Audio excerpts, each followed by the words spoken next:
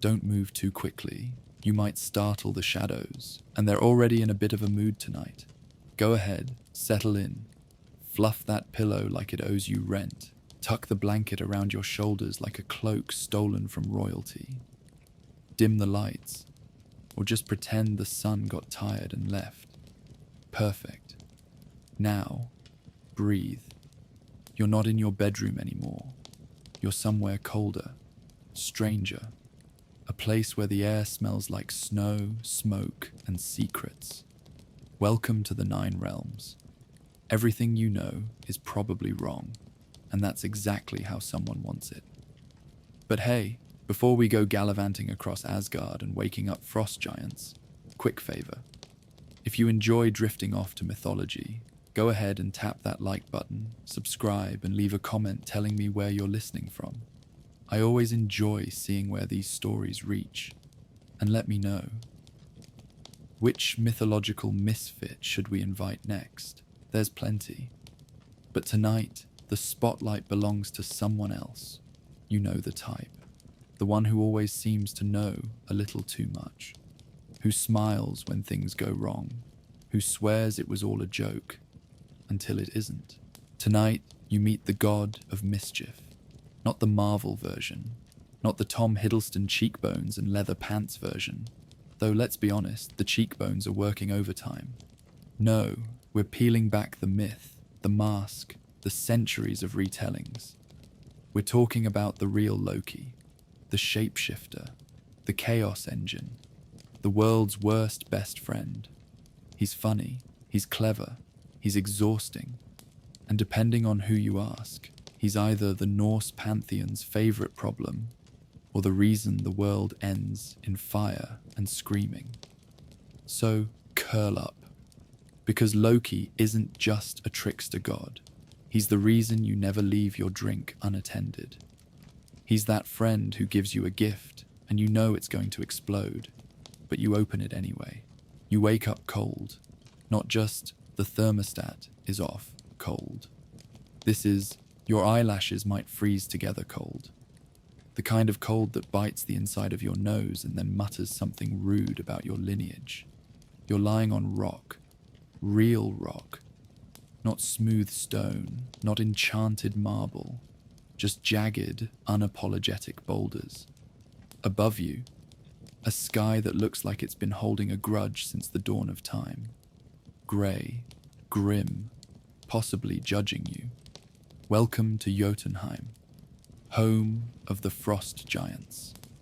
Beings the size of trees with emotional maturity to match. Everything here is big, loud, and perpetually annoyed. The weather hates you, the landscape hates you, and the inhabitants. Let's just say you'd better not knock over their mead. And here, in this delightful, ice-chewing nightmare, is where our story begins.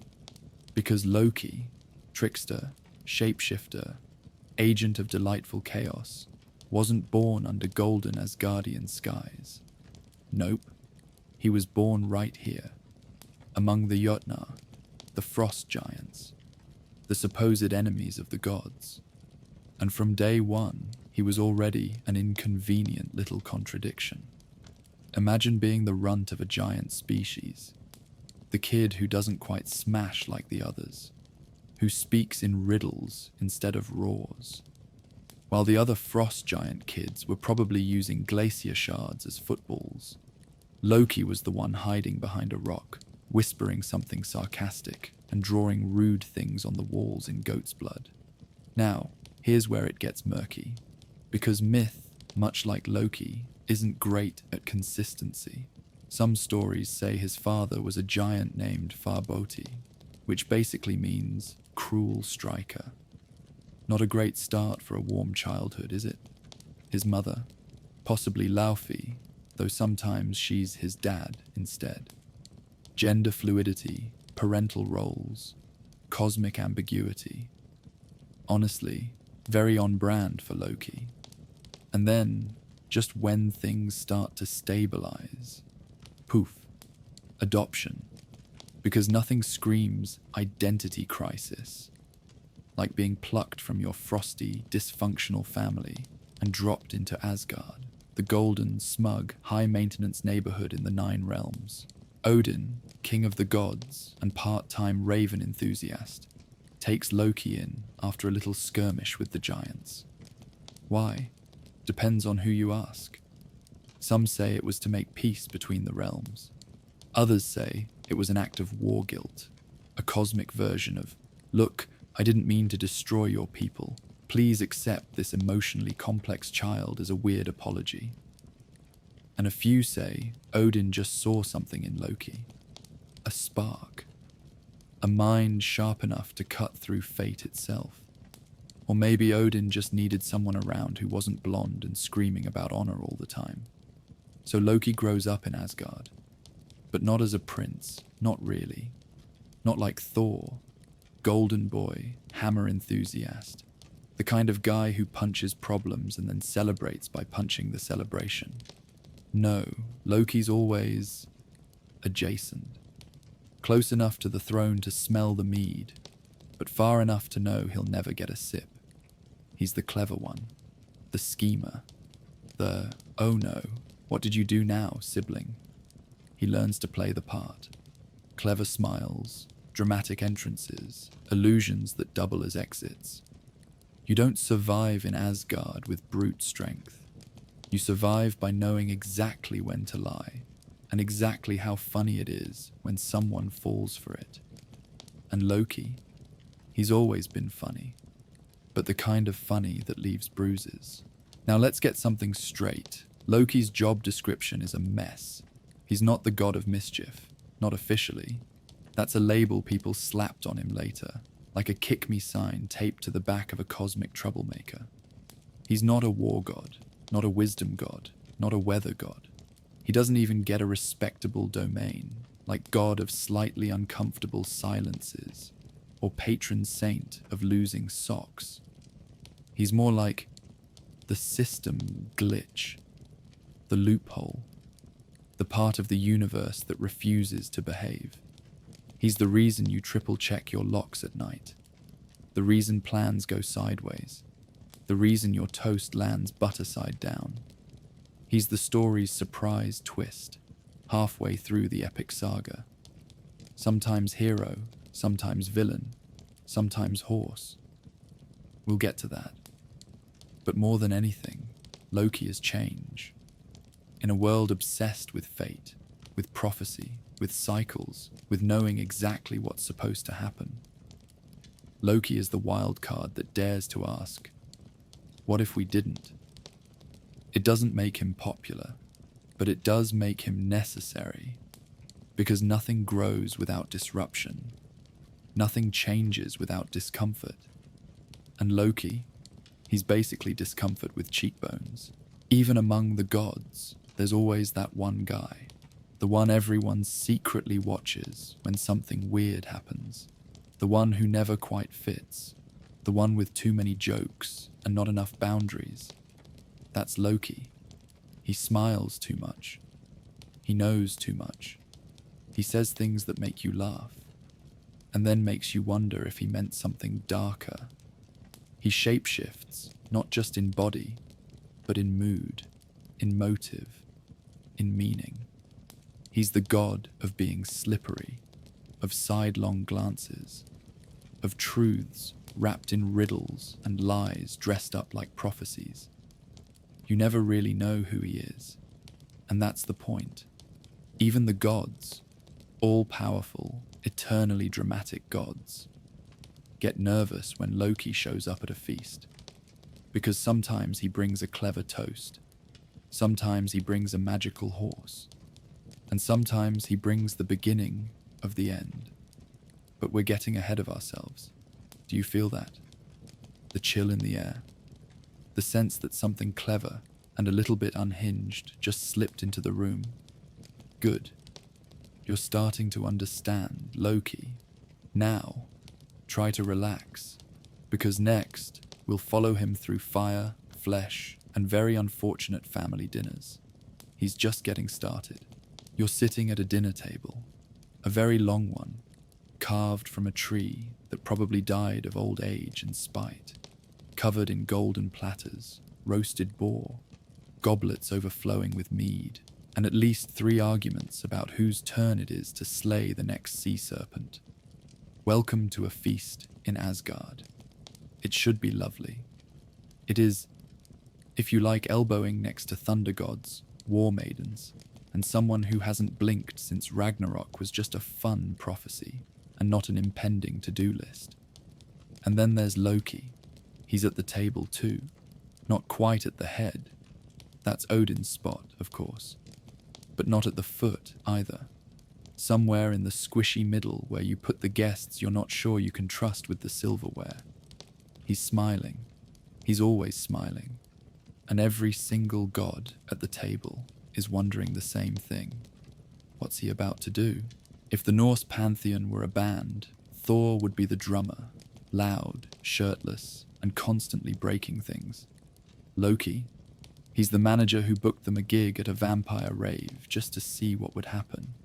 Thor and Loki's relationship is complicated, deeply chaotic, weirdly affectionate, dangerously codependent, the kind of bond that survives despite shared trauma, not because of it.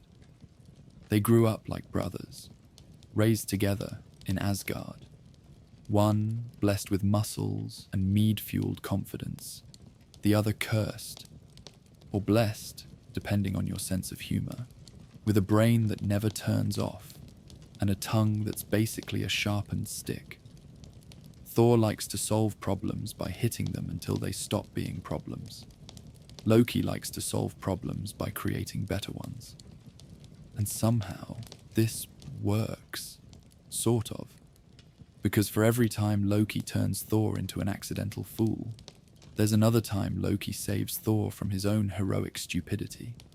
He shapeshifts into a fly to retrieve a stolen hammer. He outsmarts giants. He lies so convincingly that reality forgets what the truth even was. Of course, he also turns Thor's wife's hair green once. And that's not super chill. But even then, Thor doesn't smite him. Because deep down, Thor doesn't hate Loki. He just doesn't understand him. And Loki, well, Loki understands everything. Especially how much it hurts to be tolerated instead of loved. Odin, king of Asgard, collector of wisdom, one-eyed war god with more daddy issues than a Shakespeare play and a flair for dramatic entrances. He adopted Loki, raised him, gave him a place at the table. But did he ever really see him? You're not sure. Odin sees potential. He sees pawns and players in the game of fate. He plays the long game, the really long game, the kind with blood sacrifices and secret plans that only make sense 12 generations later. Loki. He's not a long game. He's a firecracker in a glass temple. He doesn't wait centuries to make a move. He does it now, and again, and then denies it. Odin sometimes praises Loki, sometimes punishes him, sometimes ignores him entirely, which is worse. And Loki, in turn, resents the whole family dynamic. It's like being adopted by a chess grandmaster when you just wanted someone to tell you they're proud of your chaos sculpture made of goat bones and stolen apples. But still, Loki stays, because part of him still wants Odin's approval, even if it's never coming, especially because it's never coming. There's a story, one night during a particularly rowdy feast. Think Thanksgiving, but everyone has a weapon. Loki gets insulted. Or maybe he starts the insulting. Details are fuzzy. Mead was involved. What matters is this. He stands up in front of all the gods and goes off. It's called the Lokasenna. It's a poem, but really it's a roast. A burn session. A verbal war crime. Loki calls out everyone. Accuses them of hypocrisy, cowardice, betrayal, and, brace yourself, improper hand placement during ceremonies. It gets very personal, very fast. He doesn't hold back. He tells Odin he's a tyrant. Freyja gets accused of sleeping with half the room. He tells Heimdall he's a glorified bouncer who never gets invited to anything. It's vicious. It's petty. It's honest. And deep down, you know they deserve it. Because these gods, for all their glory, are a mess. They lie. They cheat. They kill. They pretend they're better than mortals when they're just taller and harder to poison. Loki just says the quiet part out loud. Of course, the gods don't like that. So, naturally, they threaten to kill him. Again, Loki laughs. Because being hated for telling the truth is still better than being loved for wearing a mask. Here's the thing the gods don't admit. They need Loki. They need someone to shake the foundations. Someone to test the rules. Someone to say, what if we didn't blindly obey the ancient prophecy carved into a bone we found in the woods? He's the chaos in their order, the footnote in their legend, the mistake that makes the system stronger. They mock him, fear him, punish him, but they never ignore him. Because without Loki, Asgard would collapse under the weight of its own ego. Thor would forget humility. Odin would forget the price of power. The entire divine soap opera would run out of plot. Loki makes things interesting. And that, more than honor, more than prophecy, more than any glowing sword forged in dragonfire, is what makes him dangerous. He knows they'll never get rid of him. They can't, because if they do, they might actually have to look at themselves. And who wants that? Still cozy? Don't worry, we're not even at the horse part yet. You open your eyes, and you're in a cave. Not a haunted one, not yet, but definitely one that smells like something gave birth in it, recently, probably more than once.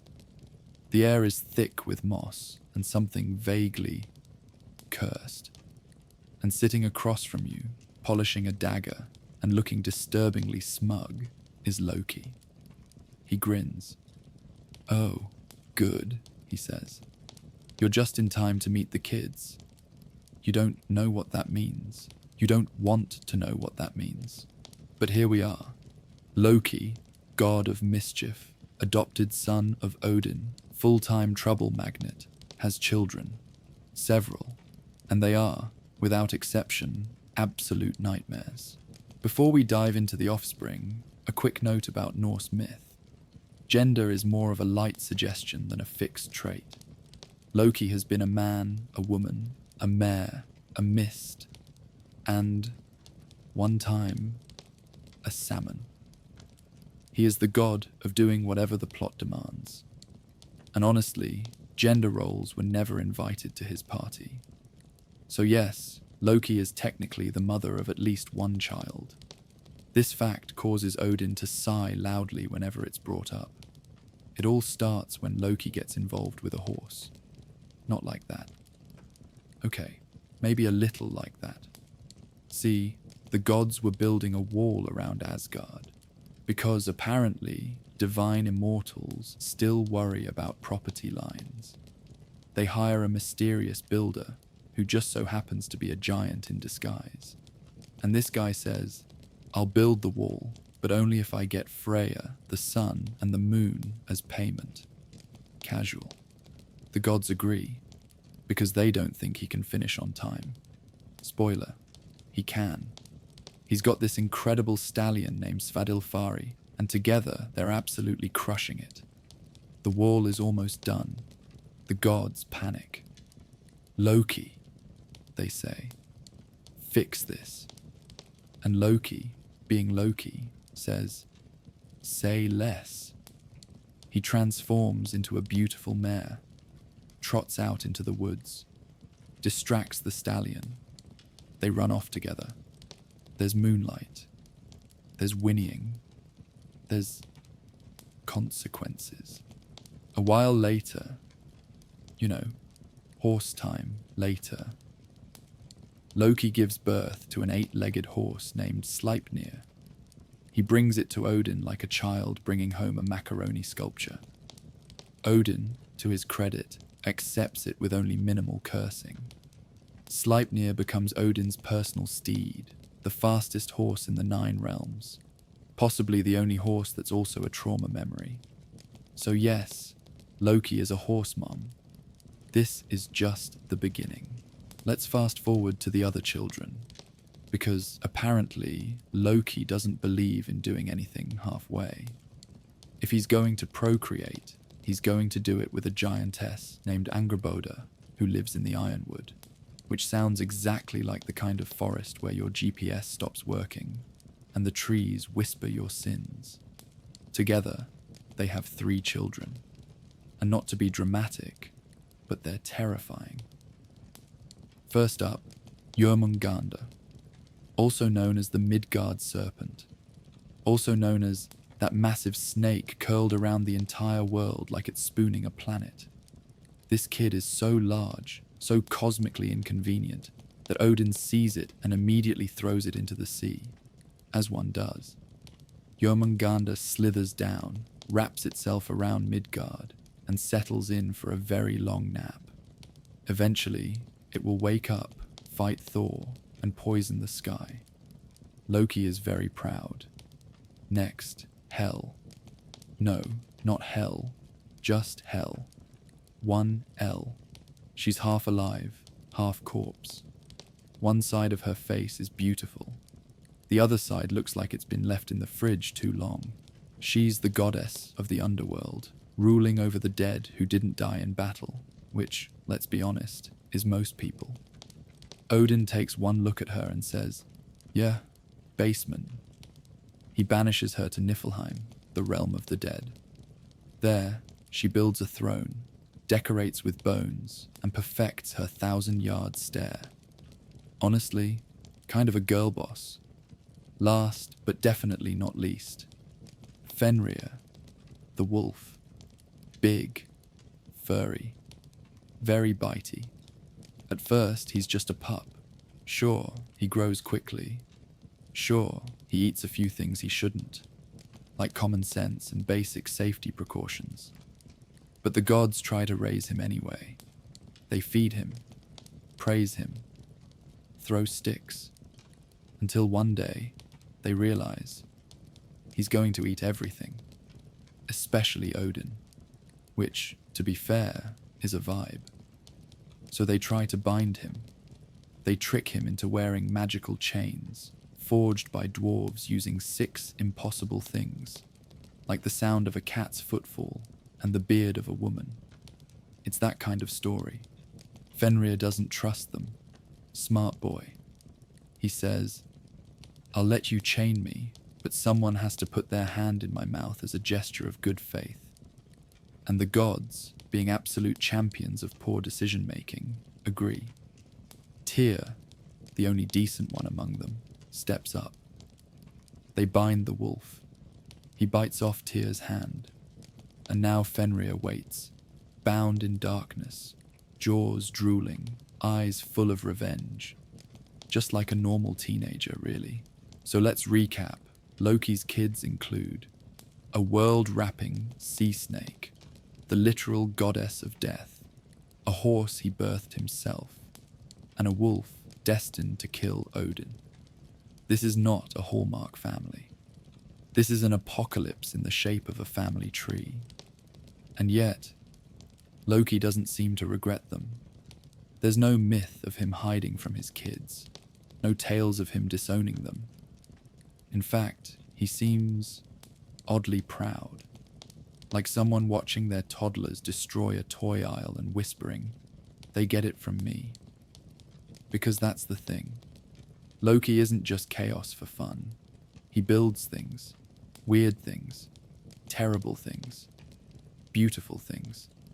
He makes monsters. And monsters, in Norse myth, are never just villains. They're change. They're judgment. They're the parts of the world that don't fit into polite feasts and golden halls.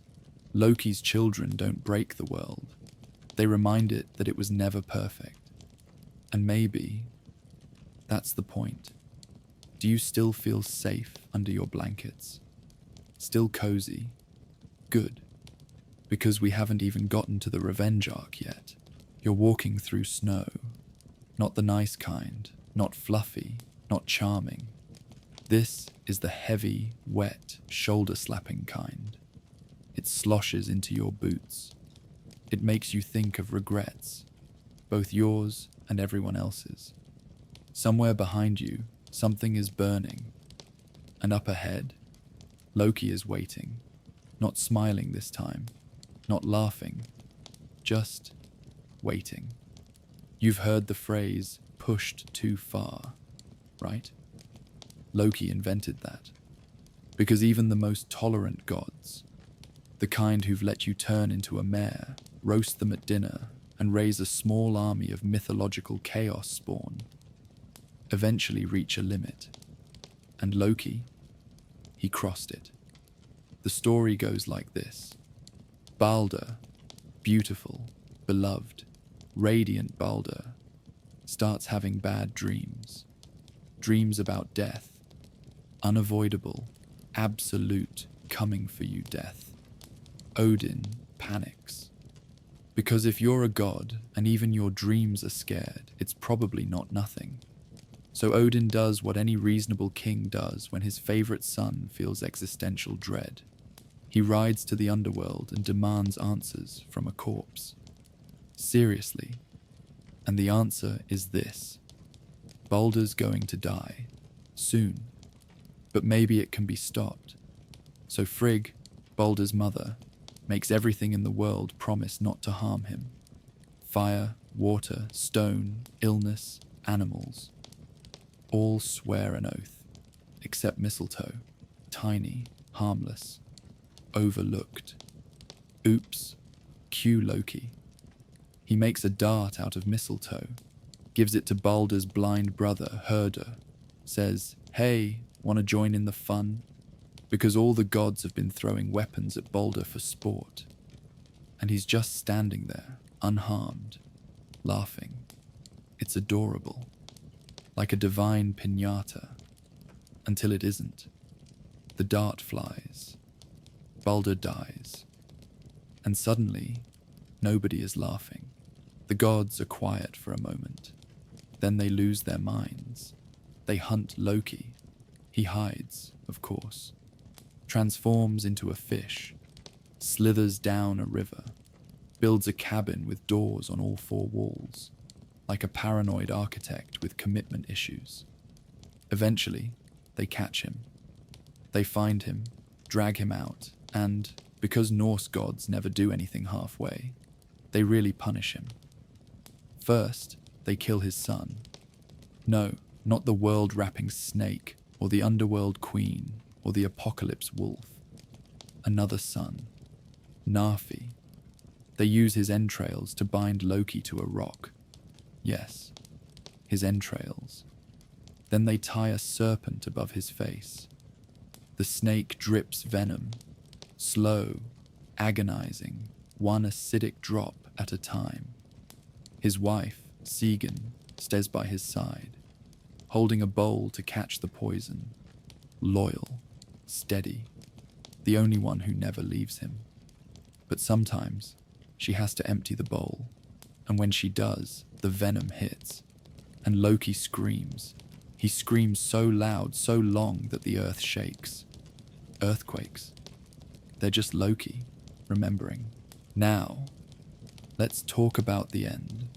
Ragnarök, the twilight of the gods, the cosmic reset, the world on fire, drowning in blood and poetry. It's not a surprise. Everyone knows it's coming. Even Odin, smug hoarder of secrets, can't pretend otherwise. Prophecy is prophecy. And in Norse myth, fate isn't a gentle suggestion. It's a scream written in stone. And Loki, he's in it. Oh, he's in it. When Ragnarök begins, the first sign is cold. Fimbulwinter, 3 years of endless snow, famine, betrayal. Then the sky splits. Then the dead walk. And then Loki breaks free. Finally, he marches with the giants, with Hel's army, with Fenrir, unchained and very hungry, with Jörmungandr, coiled and furious, his children, his fury, his final gift. It's not revenge, not exactly. It's balance. Because the gods built a world on pride and prophecy, on stories where they're always the heroes. And Loki was never going to let that story end quietly. Ragnarök is chaos. Odin dies, swallowed by Fenrir. Thor kills the Midgard serpent, then takes 9 steps and dies from the poison. The sky burns, the sea rises. Everything collapses in slow motion, like a sandcastle under an incoming wave. And Loki, he faces Heimdall, the ever-watchful, ever-silent god who spent eternity glaring at Loki like a disappointed librarian. They kill each other at the same time. Poetic, petty, perfect. Just the way Loki likes it. And as the world drowns in flame and ash, you can almost imagine him smiling. Not out of malice, but because finally, everything makes sense. It's quiet now. The kind of quiet that feels like snow just fell over a battlefield. The gods are gone. The halls are ruined. The sea has swallowed the last torchlight. But you're still here. And somehow, so is Loki. Loki may have died at Ragnarok, but tricksters, they don't stay buried. Not really. Every culture has one. That clever creature who bends the rules, who lies with a wink, who breaks the system just to see what's underneath. Coyote, Anansi, Hermes, the Monkey King, Bugs Bunny with a myth degree. They don't play by the rules, because they can't. Because if they did, the world would never change. Loki's not just a Norse god anymore. He's a story, a type, a whisper in every narrative where the underdog outsmarts the tyrant, where the plan doesn't go as expected, where someone gets away with something they absolutely should not have gotten away with. And you've seen him, not just in lagers and scrolls, in boardrooms, in politics, in memes, in that one co-worker who accidentally unplugged the printer and somehow got promoted for it. Tricksters endure because the world is always just a little bit broken, and someone has to laugh about it. Let's be honest. If Loki were alive today, he'd have a burner phone, 3 fake Instagram accounts, and a group chat where he sends cursed images at 3 a.m. just to watch the reactions. He'd be that friend who texts LOL nothing and then vanishes for 6 days before returning with a shaved head and a story about how he accidentally joined a cult and sold them his mixtape. He's not just ancient, he's relevant. Because in a world that demands conformity, that praises certainty, stability, and polite small talk, Loki is the reminder that chaos is still lurking under the tablecloth. And sometimes, chaos is right. Even after Ragnarok, people kept telling Loki's story. Medieval scribes trying to sort out the theology of a god who changes gender mid-sentence and gives birth to apocalypse beasts. 19th century folklorists scribbling down tales from crumbling farmhouse walls. Marvel screenwriters wondering what would happen if the villain made you cry and shot for black leather jackets. You don't bury a trickster. You retell them. Because every generation needs someone to ask the uncomfortable questions. To mock the pompous. To remind us that heroes have egos and villains sometimes just want a nap and a decent meal. And let's be honest, the bedtime gods are boring without him. Thor is a hammer. Odin is a lecture. Loki is a story. The world ends in fire. Yes, But eventually, the fire dies. The smoke clears. The sea settles. And something grows. In Norse myth, even after Ragnarök, a few survivors rise. A new sun is born. The world begins again.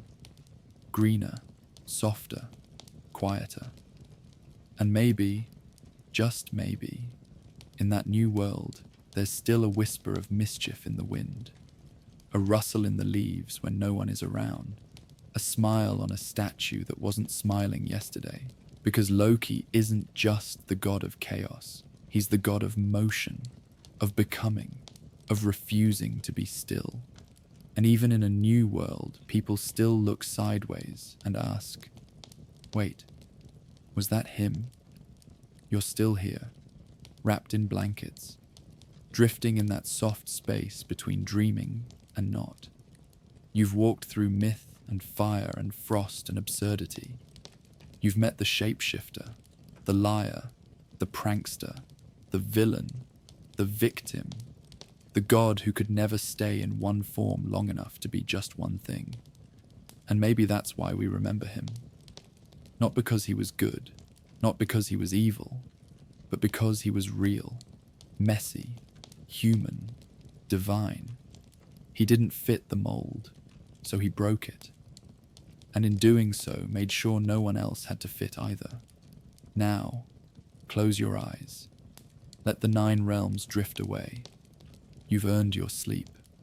And somewhere, far away, in a cave, or a star, or a dream, Loki is smiling, just for you.